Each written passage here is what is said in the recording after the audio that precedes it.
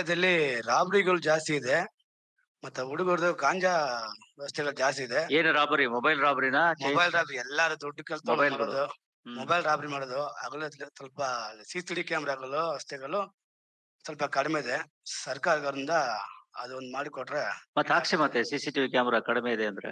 ಇಲ್ಲ ಸರ್, ನಮ್ ಸರ್ಕಾರದಿಂದಾನೇ ಮಾಡ್ಕೊಡ್ಬೇಕು ಸರ್. ಸರ್ಕಾರದಿಂದ ಆಗಲ್ಲ. ಸರ್ಕಾರದಿಂದ ಎಷ್ಟು ಹಾಕ್ಬೇಕೋ ಅಷ್ಟು ಹಾಕ್ಬಿಟ್ಟಿದ್ದಾರೆ. ಈಗ ಸಾರ್ವಜನಿಕರ ಬಾರಿ. ನಮ್ದು ಆಡುಗೋಡಿ ರವಿ ಸರ್ ಇಂದ ಸ್ವಲ್ಪ ಜಾಸ್ತಿ ಇತ್ತು ತುಂಬಾ. ಈಗ ಅವರಿಂದ ಸ್ವಲ್ಪ ಕಡಿಮೆ ಆಗಿದೆ. ಇನ್ನು ಸ್ವಲ್ಪ ಮಾಡಿದ್ರೆ ಚೆನ್ನಾಗಿದೆ. ಓಕೆ, ಮಾಡಿಸ್ತಾರೆ. ಈಗಾಗಲೇ ಹೇಳಿದ್ರು ಸಿಸಿಟಿವಿ ಕ್ಯಾಮೆರಾಗಳು 30,000 ಇದ್ದಿದ್ದು ಈಗ 50,000 ಜಾಸ್ತಿ ಹಾಕ್ಸಿದ್ದಾರೆ. ಆಯ್ತು ಸರ್. ಎಲ್ಲಾ ಕಡೆಯಿಂದಲೂ ಹಾಕಿಸ್ತಾ ಇದೀವಿ. ಅದು ಸಾರ್ವಜನಿಕರ ಸಹಕಾರವೂ ಕೂಡ ಬೇಕಾಗ್ತದೆ. ಯಾಕೆಂದ್ರೆ ಪಬ್ಲಿಕ್ ಸೇಫ್ಟಿ ಆಕ್ಟ್ ಅಂತ ಇದೆ. ಅದರಲ್ಲಿ ಎಲ್ಲಾ ನಮ್ದು ಶಾಪ್ನವರು, ಅಂಗಡಿಯವರು ಹಾಕ್ಬೇಕಾಗುತ್ತೆ. ಜೊತೆಗೆ ಈವನ್ ರೆಸಿಡೆನ್ಷಿಯಲ್ ಏರಿಯಾಗಳು ಎಲ್ಲೆಲ್ಲಿದ್ದಾವೆ ಅಲ್ಲೂ ಕೂಡ ಎಲ್ಲ ಸಾರ್ವಜನಿಕರಲ್ಲಿ ನಾವು ಅಪೀಲ್ ಮಾಡ್ತಾ ಇದ್ದೀವಿ.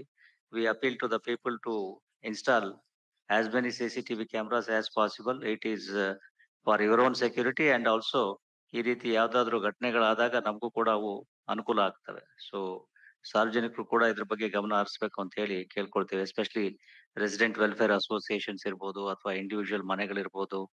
ಎಲ್ಲಿ ಎಲ್ಲಿ ಹೆಚ್ಚು ಹೆಚ್ಚು CCTV ಕ್ಯಾಮೆರಾಗಳನ್ನ ಹಾಕಿದ್ರೆ ಅಷ್ಟಷ್ಟು ನಮಗೆ ಅನುಕೂಲ ಆಗ್ತದೆ. ಯಾಕೆಂದ್ರೆ they act as ice and years for the police. ಯಾವುದೇ ಒಂದು ಘಟನಾವಳಿ ನಡೆದ್ರೆ ಅದರ ವಾಸ್ತವತೆ ಏನು ಅನ್ನೋದನ್ನ ನಮಗೆ ಈ CCTV ಕ್ಯಾಮೆರಾಗಳಿದ್ರೆ ಸ್ಪಷ್ಟವಾಗಿ ಗೊತ್ತಾಗ್ತದೆ. ಇತ್ತೀಚಿನ ಘಟನಾವಳಿಗಳನ್ನೇ ನೋಡಿದ್ರೆ ನೀವು ಇತ್ತೀಚೆಗೆ ಬೈಯಪ್ಪನಹಳ್ಳಿಲಿ ಏನಾಯ್ತು ಅಥವಾ ಇನ್ನೊಂದ್ ಕಡೆ ಏನಾಯ್ತು, ವಾಸ್ತವತೆ ಸ್ಪಷ್ಟವಾಗಿ ಸ್ಫುಟವಾಗಿ ಅರ್ಥ ಆಗ್ಲಿಕ್ಕೆ ನಮಗೆ ಈ ರೀತಿ CCTV ಕ್ಯಾಮೆರಾಗಳು ಅನುಕೂಲ ಮಾಡ್ಕೊಡ್ತೇವೆ.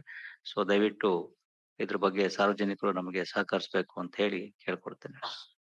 Okay, thank you. Thank you sir.